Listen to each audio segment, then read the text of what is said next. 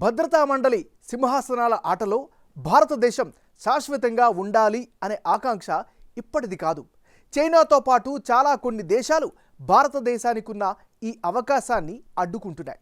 ముఖ్యంగా చైనా భారత్కు శాశ్వత సభ్యత్వం రానియకుండా వీటో చేస్తుంది. అమెరికా లాంటి అగ్రదేశాలు కూడా దీనికి తలొగ్గాల్సిన పరిస్థితి. అందుకే వీటో వంటి నిరంకుశ విధానంలో సంస్కరణల అవసరాన్ని భారత్ ప్రతిపాదిస్తోంది.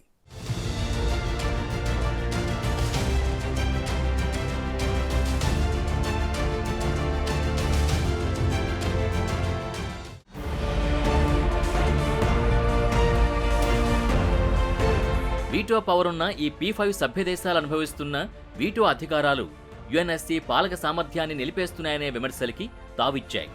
తరచుగా శాశ్వత సభ్యులు ప్రపంచ భద్రతకు హాని కలిగించే విధంగా తమ జాతీయ అజెండాలకు అనుగుణంగా తమ వీటోను దుర్వినియోగం చేస్తున్నారని ఆరోపణలున్నాయి. ఉదాహరణకు రష్యా ఉక్రెయిన్లో తన చర్యల్ని ఖండిస్తూ అనేక తీర్మానాల్ని వీటో చేసింది. అలాగే ఇజ్రాయెల్ పాలస్తీనా సమస్యపై అమెరికా దాదాపు 20 సార్లు వీటోను ఉపయోగించింది. ఇక చైనా ఉగ్రవాద పాకిస్తాన్ను సమర్థిస్తూ భారతదేశానికి వ్యతిరేకంగా దౌత్య ఆయుధంగా వీటోని ప్రయోగించింది. అందుకే ప్రపంచ శాంతి ఏకాభిప్రాయం కోసం ఏర్పాటైన సంస్థ పాలనా నిర్మాణంలోని ఈ లొసుగులు భద్రతా మండలిలో సంస్కరణలు చాలా అవసరమని చెప్పడానికి తార్కాణాలని యుఎన్ మాజీ సెక్రటరీ జనరల్ కోఫీ అన్నన్ కూడా అనాల్సొచ్చింది. అందుకే భద్రతా మండలిలో సమగ్ర సంస్కరణలు తక్షణ అవసరమని రుచిరా కాంబోజ్ బలంగా వాదించారు. ప్రపంచ సంస్థలోని 188 సభ్యదేశాల సమిష్టి స్వరాన్ని కేవలం 5 శాశ్వత సభ్యుల సంకల్పం ఎంతకాలం కొనసాగించగలదని భారతదేశం ప్రశ్నించింది. ఈ విషయంపై యుఎన్ రాయబారి వద్ద భారతదేశ శాశ్వత ప్రతినిధి రుచిరా కాంబోజ్ ఈ ఏడాది ఫిబ్రవరి 16ను కూడా ఈ సమస్యను ప్రస్తావించారు.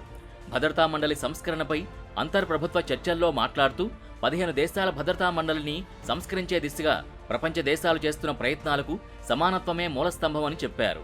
ప్రతి దేశం దాని పరిమాణం లేదా శక్తితో సంబంధం లేకుండా ప్రపంచ నిర్ణయాధికారాన్ని తెలియజేయడానికి సమాన అవకాశాన్ని కల్పించాలని ఈక్విటీ కోరుతోందని ఆమె అన్నారు. 188 సభ్యదేశాల సామూహిక స్వరాన్ని వినకుండా 5 సభ్యుల సంకల్పం ఎంతకాలం కొనసాగుతుంది అని ఘాటుగా స్పందించారు. భద్రతా మండలి వ్యవస్థలోనే అనేక ప్రాథమిక సమస్యలున్నాయని కాంబోజ్ పేర్కొన్నారు. దానికి తగ్గట్టుగానే భద్రతా మండలిపై ఇప్పటికే చాలా ఆరోపణలున్నాయి. ప్రపంచ శాంతి కోసం ఏర్పడిన ఈ సమితిలోని ప్రధాన దేశాలే అంతర్జాతీయ అశాంతికి కారణమవుతున్నాయనే వాదన బలంగా ఉంది. దీనికి ప్రధాన కారణం భద్రతా మండలిలో P5 దేశాలకే వీటో పవర్ ఉండడం. అదే భారత్ లాంటి న్యూట్రల్ దేశానికి ప్రాతినిధ్యం ఇస్తే వీటో పవర్ సక్రమంగా వినియోగించబడుతుందనే అభిప్రాయాలు మిగిలిన దేశాలకు ఉంది.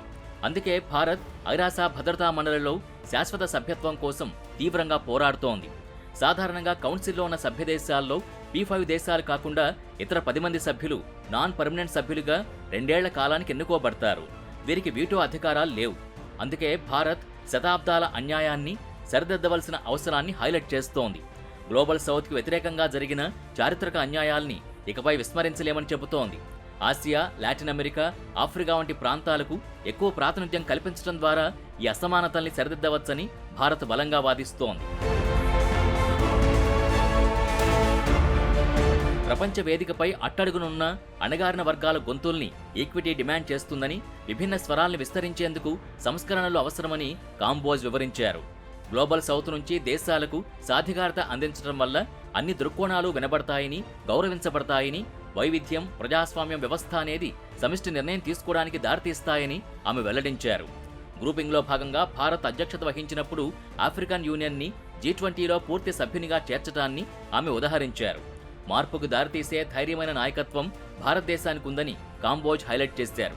రాజకీయ సంకల్ప పరివర్తన శక్తికి ఇది శక్తివంతమైన నిదర్శనమని ఆమె అన్నారు. భారత్ చురుకైన వైఖరి, సంకల్పం ఉన్న చోట ఈక్విటీని నిర్ధారించే అర్థవంతమైన సంస్కరణకు మార్గం ఉందని కాంబోజ్ స్పష్టం చేశారు. మరింత సమానమైన సమ్మిళిత ప్రపంచం కోసం సంస్కరణలు అవసరమని భారతదేశం నిరూపించిందని ఆమె వెల్లడించారు. ఇక కౌన్సిల్లోని నాన్ పర్మనెంట్ కేటగిరీలో మాత్రమే దేశాలకు సభ్యత్వం ఇస్తూ విస్తరించామని చెప్పడం సమస్యను పరిష్కరించదని భారత్ మొదటి నుంచి వాదిస్తోంది. వాస్తవానికి శాశ్వత, నాన్ పర్మనెంట్ సభ్యుల మధ్య వ్యత్యాసాన్ని మరింత ఎక్కువయ్యే ప్రమాదం ఉందని భారత్ చెబుతోంది. దీనివల్ల సమస్యలు తీరకపోగా అసమానతలు శాశ్వతమవుతాయని, ప్రస్తుత భౌగోళిక రాజకీయ సందర్భానికి సంబంధం లేని పంపిణీని మరింత స్థిరపరుస్తుందని భారత్ హెచ్చరిస్తోంది. అందుకే భద్రతా మండలిలో అన్ని అంశాల్ని పరిగణలోకి తీసుకునే సమగ్ర సంస్కరణ అవసరమని, అప్పుడే అసమానతలు తొలగిపోతాయని భారత్ విజ్ఞప్తి చేస్తోంది. అయితే యుఎస్ అధ్యక్షుడు జో బైడెన్ 2 ఏళ్ల క్రితం యుఎన్జిఏ ప్రసంగంలో ఈ అంశాన్ని ప్రస్తావించారు. కౌన్సిల్లో పర్మనెంట్, నాన్ పర్మనెంట్ స్థానాలను విస్తరించడానికి యుఎస్ మద్దతిస్తుందని స్పష్టం చేశారు. అదే ఏడాది G4 దేశాల మంత్రులు యుఎన్ జనరల్ అసెంబ్లీ 76వ సెషన్ అంతర్ప్రభుత్వ చర్చల్లో అర్థవంతమైన పురోగతి సాధించలేదని ఆందోళన వ్యక్తం చేశారు. పారదర్శకత లోపాన్ని ఎత్తి చూపారు. 76వ జనరల్ అసెంబ్లీ అధ్యక్షుడి సిఫార్సుని క్రమంగా టెక్స్టు ఆధారిత చర్చల వైపుకు తరలించాలని అన్నారు. అలాగే 77వ సాధారణ అసెంబ్లీ సెషన్లో ఈ సూత్రాన్ని అనుసరించాలని ఆశించారు. ఎప్పటికప్పుడు ఇలా కొనసాగుతున్న వాదనల తర్వాత తాజాగా 78వ సెషన్లో రుచిరా కాంబోజ్ తీవ్రంగా స్పందించారు.